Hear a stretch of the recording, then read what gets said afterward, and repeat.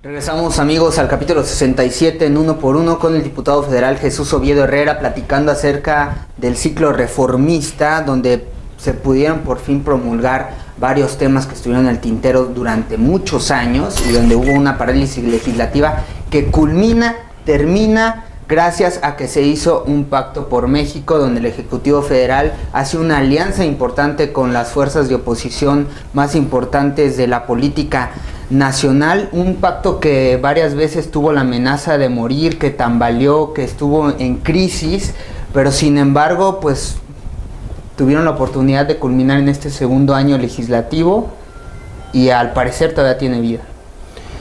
Pues ya no mucha, quiero decirte que ya no mucha, creo que el objetivo prácticamente se ha cumplido de ese pacto, que son las grandes reformas que México requería. Por supuesto no se ha cumplido el total de los puntos planteados en este pacto. Sí. Y ha habido una serie de situaciones que pues parece ser que ya no tiene mucho vigencia ese pacto. Pero yo creo que lo que hay que resaltar es lo que ya hemos logrado, que es trascendente para el país, como ya lo mencionábamos hace un momento. Entonces, yo me doy por bien servido, creo que los mexicanos debemos darnos por bien servidos de esa buena voluntad que existió. Sí. Porque esto finalmente es un tema de entendimiento y de voluntad política para lograr lo que el país necesita. Lamentablemente ha habido momentos en donde mezquinamente los grupos políticos han actuado en función de que no se den los cambios para lograr una ventaja o lograr un posicionamiento político, y eso a costa de que no se dan esos cambios que el país necesita. En el 2007 con Felipe Calderón se planteó este tema de una reforma energética de gran calado y lamentablemente pues no hubo en el Congreso el apoyo que hoy se está generando, sí, que hoy con una buena voluntad, que hoy con una buena visión, con un compromiso, con una responsabilidad, nosotros en el grupo parlamentario del PAN lo hemos tomado y lo hemos establecido. Hay quien pudiera decir, no, pues es que vótalo en contra, pero pues si nosotros cuando el PAN fue gobierno federal solicitó este tema, pues era incongruente decir que no podíamos ir por él. Entonces, yo creo que ahí hay una ventaja para todo México, lejos de cualquier tema partidista. Yo estoy muy congratulado de haber logrado este proceso, de estar en esta 62 legislatura, que nos permite decir, cambiamos, transformamos las leyes para el beneficio de nuestro país. Y me gustaría también reforzar la idea de que falta un claro entendimiento de que el trabajo de las reformas más importantes, más destacadas en estos trabajos legislativos, no han sido también por otra cosa, que tú tienes que trabajar en una reforma y esa reforma te va a conducir a hacer ajustes en otra. Y es algo que a veces no podemos tener una claridad absoluta sobre esas consecuencias. Y bueno, tienes razón, y ahí además yo te diré una cosa, todo es perfectible, no quiere decir que esto que hoy hicimos ya no tenga que hacerse alguna modificación más.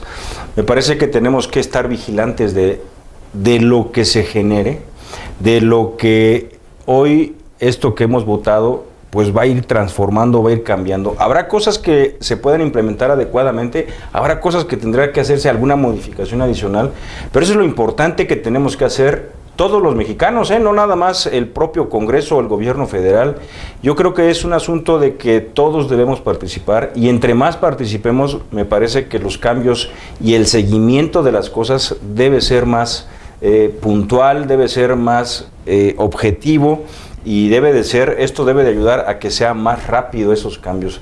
Entonces yo estoy convencido, y cierto que esto es un tema dinámico que hay que estar adaptando, que hay que estar actualizando en función de las nuevas necesidades, en función de lo que el país requiera, en función de los cambios globales que existen, porque hoy pues ya sabemos que ese tema de la globalidad, pues si no estamos acordes, pues perdemos algunas oportunidades.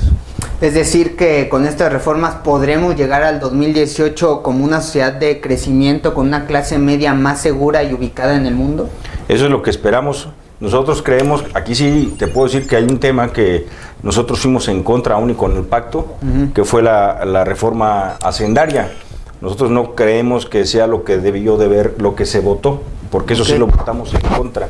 Es algo que nosotros consideramos que hay que modificar y estamos planteando la modificación de esta reforma hacendaria porque creemos que el tema de los repecos, un tema que es muy importante para una gran cantidad de gente en este país, pues tiene que tener una condición distinta a la que hoy día se tiene, que el gobierno federal planteó como el régimen de hacendario de inclusión de los repecos, ¿no? Sí. Entonces, por ahí yo creo que nosotros en el PAN vamos a estar trabajando para estas modificaciones y lograr que esto se genere, pero de una mejor manera para que sea más fácil para todos los pequeños contribuyentes y de la forma de tributar, lejos de alejarlos y de que busquen cómo no tributar. Entonces, hay ahí ese pendiente que nosotros creemos que no es correcto. Que bueno, ese fue el objetivo de esa reforma, ¿no? Sí, incluirlos, pero no de la forma como se planteó, más porque agresiva. Sí. Pues el tema de tener internet a los pequeños contribuyentes, el tema de manejar una computadora, exactamente, hay una serie de limitantes naturales que existen, que dices, bueno, ¿cómo se va a cumplir? Entonces, exacto. Ahí nosotros creemos que debe haber una modificación. Sí, primero tienes que cubrir las situaciones, ¿no? Sí, bueno. Las necesidades antes de poder pasar a... es lo que nosotros creemos. El tema de internet, el tema de tener una computadora en un pequeño negocio, y luego el otro, el manejo de esa computadora con la información que tiene que hacerse llegar a la Secretaría de Hacienda. Ok, yo tengo una lista aquí de las reformas más destacadas que se hicieron en el Congreso y bueno, que ya han sido promulgadas y que se esperan que se ejecuten. Ha sido también parte de lo que ha dicho el presidente Enrique Peña Nieto, que ahora lo que sigue es ejecutar dichas reformas. Es el gran reto ese es el verdadero reto. Y en primer lugar, pues creo que la reforma más polémica, más discutida y que continúa todavía en una situación con foco importante es la reforma energética. Se le ha llamado la madre de todas las reformas a la reforma energética, ciertamente. Que ese es el punto de inflexión prácticamente en este gobierno para que haya un crecimiento importante en el país en todos los rubros. Sí, mira, de la reforma energética lo que yo te puedo decir es que es ilógico que como estábamos anteriormente cuando la Constitución decía que no se podía invertir por parte de privados en temas de petróleo, lo que hacía Pemex era invertir fuera del país con privados. Y entonces dices, bueno, ¿por qué Pemex va a invertir fuera del país? Claro. Si la realidad es que se necesita que se invierta dentro del país. Exacto. ¿Qué te quiero decir con esto? El 50% de las gasolinas que se consumen en México se procesa fuera de México. Sí. Y entonces Pemex, junto con algunas otras empresas, hace inversiones fuera de México, procesan el petróleo que llevamos para allá y nos regresan la gasolina. La mitad de la gasolina que se consume en México es procesada fuera de México. Y entonces dices, por Dios, no es correcto. Y no se está vulnerando la soberanía nacional, que es algo de verdad importante dejar claro, que no es un tema de vulneración, es un tema de objetividad. ¿Por qué no Pemex se asocia aquí en México con esas mismas empresas, se construyen refinerías aquí en México y se genera empleo para los mexicanos? Ajá. Así de sencillo, es el tema más sencillo que yo lo puedo decir, en aras de decir por qué sí por qué fuimos por esa reforma energética. Luego, en casos de exploración de pozos profundos, Pemex no tiene tecnología suficiente para ir por esa exploración. Nuestra cantidad de barriles de petróleo ha venido a la baja. Y lo que se plantea ahí es poder hacer coinversiones con empresas que ya tienen tecnología, que ya tienen la experiencia para poder extraer una mayor cantidad de petróleo y de tal suerte que pues tengamos más beneficios en este país. Y ahí también vuelvo a decir, no es un tema de vulneración, No, y el tema es que en este rubro México es el país que está más rezagado. Exactamente, es que bueno que tú lo digas, porque finalmente es un asunto que hasta Cuba, con su régimen que tiene Irán,